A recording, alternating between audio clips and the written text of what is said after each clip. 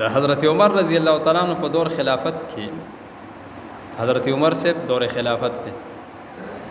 او د یو صحابي د کوفی گورنر مقرر ک حضرت سعد رضی الله تعالی کوفی ته ولې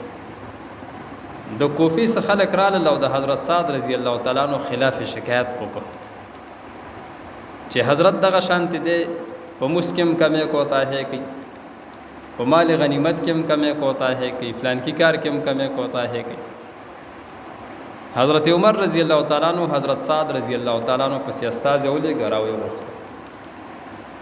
او تاسو ته وکړه چې آیا دا معاملې داسې ده حضرت سعد رضی الله تعالی عنہ تو فرمایل حضرت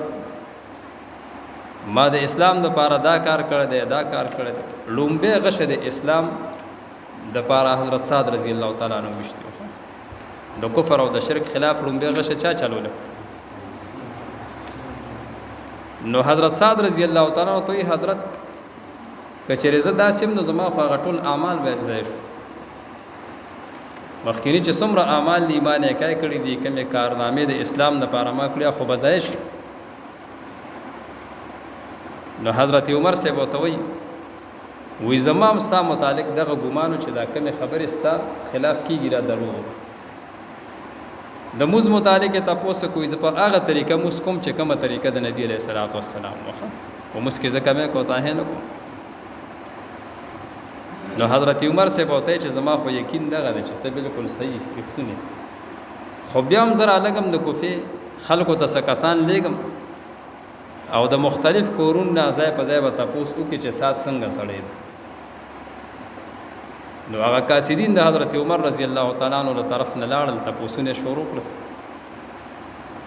د کوفی د هر کور نه دغه جواب راته چې سعد رضی الله تعالی عنہ فسړی خیانت نشته لپاره مز برابر کې مال غنیمت صحیح تقسیم دی یو کور نه یو بوډا راوته هغه بوډا د حضرت سعد رضی الله تعالی عنہ خلاف جبه استعمال کوي د خو خیانت کوي په مس کې کمه کوتا ہے کوي د مال غنیمت تقسیم صحیح نه کوي نو حضرت سعد رضی الله تعالی عنہ هغه ته مخاطب شوته وي اے بوډا او اے فلان کیه کچره دا خبره تا زما خلاف د شهرت د پاره کړی نو الله تعالی دې تا ته ډیر عمر درکړي الله دې صدر کی ډیر عمر درکړي چې بالکل بوډا والی ته ورسېږي چې د پاسې دونی او دویم دا چې الله تعالی دې پتا باندې فقر او فاقه مسلط کی